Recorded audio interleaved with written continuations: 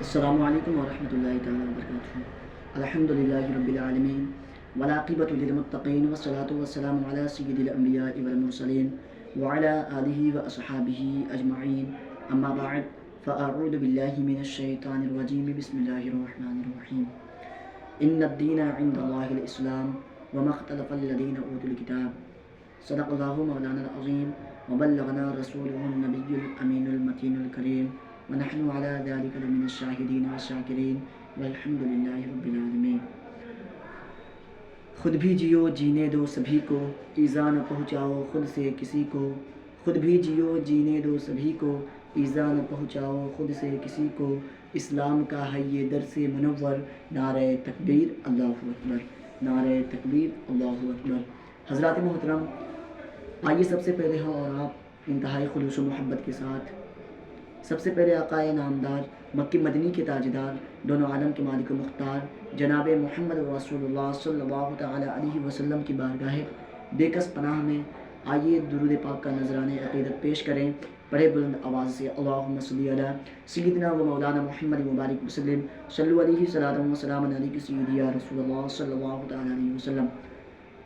میرے عزیز ساتھیوں اور نوجوان دوستوں، پیارے بچوں اور پردہ نشین میری ماں اور بہنوں، جیسا کہ میں نے ابھی قرآن مجید میں اللہ تبارک و تعالیٰ قرآن مجید میں ارشاد فرماتا ہے، اور جیسا کہ میں نے ابھی تلاوت کرنے کا شرف حاصل کیا، اللہ تبارک و تعالیٰ قرآن مجید میں ارشاد فرماتا ہے ان الدین عند اللہ الاسلام، بے شک اللہ کا پسندیدہ دین دین اسلام ہے۔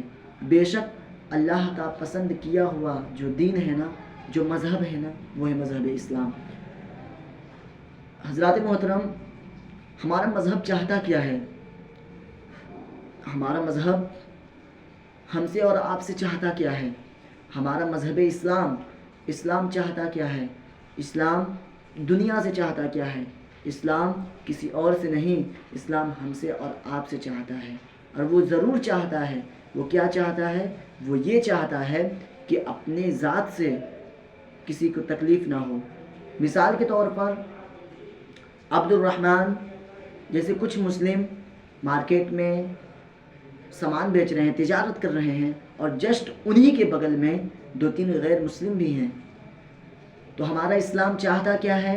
میرے بھائیوں، عبد الرحمن اپنی کردار کو، وہ مسلمان بھائی اپنی کردار کو اتنا مضبوط کر لیں، اپنی کوالٹیز کو، اپنے رویے کو، اپنے اخلاق کو اتنا اچھا کر لیں، اپنے رویوں کو اتنا بہتر کر لیں، تاکہ وہ مسلمان بھائی کو جب وہ ہندو جا کر اپنے گھر میں اپنے رشتہ داروں سے، اپنے محلے، اپنے پڑوسوں میں اس کا ذکر کرنے سے مجبور ہو جائے کہ عبد الرحمن تو بہت بڑھیا ہے، عبد الرحمن بہت اچھا ہے، اس کا رویہ، اس کا اخلاق بہت بہتر ہے۔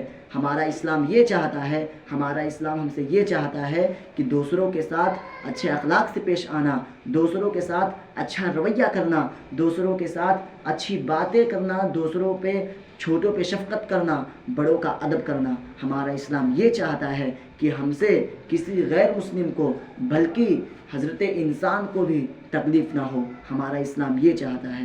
حضرات محترم، اللہ کے نبی صلی اللہ تعالیٰ علیہ وسلم کی حدیث مبارکہ ہے کہ اللہ کے نبی صلی اللہ تعالیٰ علیہ وسلم مسجد نبوی میں بیٹھے ہوئے تھے، اور وہ ان کے اگل بغل صحابہ اکرام بیٹھے ہوئے تھے۔ وہ صحابیوں کے جھرمٹ میں بیٹھ کر گفتگو چل رہی تھی۔ کچھ صحابی عرض کر رہے ہیں، کچھ صحابی عرض کر رہے ہیں، کچھ حضور عرض کر رہے ہیں، کچھ صحابی عرض کر رہے ہیں، کچھ حضور فرما رہے ہیں۔ اتنے میں حضور پاک صلی اللہ تعالیٰ علیہ وسلم نے فرمایا کہ اس شخص کو میں کبھی مسلمان مومن مانتا ہی نہیں ہوں، میں اس شخص کو کبھی اپنا مومن، اپنا مسلمان بھائی مانتا ہی نہیں ہوں جس کی ذات سے دوسرا انسان تکلیف میں ہوتا ہو۔ میں اس شخص کو مومن مسلمان مانتا ہی نہیں ہوں۔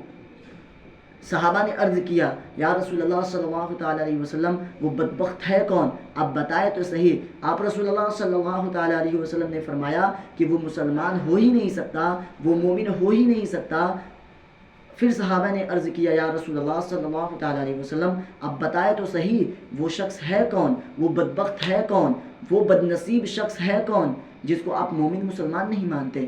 اللہ کے رسول صلی اللہ تعالیٰ علیہ وسلم نے فرمایا کہ میں اس شخص کو مومن مسلمان مانتا ہی نہیں ہوں، میں اسے حالانکہ وہ کتنا ہی نمازی ہو، کتنا ہی روزگار ہو، کتنا ہی پرہیزگار ہو، کتنا ہی متقی ہو، کتنا ہی وہ اپنے آپ کو بہت بڑا سمجھتا ہو، کتنا ہی اپنے آپ کو بہت اچھا مسلمان سمجھتا ہو، میں اس کو ہرگز اس کو مومن مسلمان مانتا ہی نہیں ہوں جس کے وجہ سے کوئی دوسرا شخص اس سے پریشان ہوتا ہو، جس کی وجہ سے، جس کی ذات سے کسی دوسرے کو تکلیف ہوتی ہو، جس شخص کی وجہ سے اس کا پڑوسی ناراض ہوتا ہو، جس کی وجہ سے اس کا گھر بار ناراض ہوتا ہو، جس کی وجہ سے اس کا خاندان ناراض ہوتا ہو، جس کی شرارت سے اس کا پڑوسی نہ محفوظ ہوتا ہو، جس کی شرارت سے، جس کی شر سے اس کا خاندان نہ محفوظ رہتا ہو، اور جس کی وجہ سے اس کے ماں باپ نہ خوش ہوتے ہوں،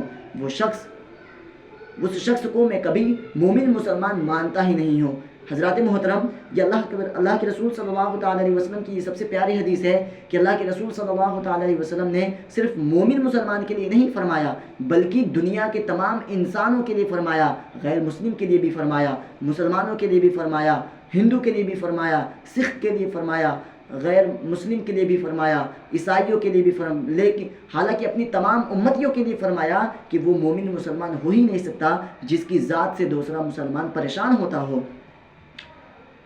اللہ کے نبی صلی اللہ تعالیٰ علیہ وسلم نے فرمایا،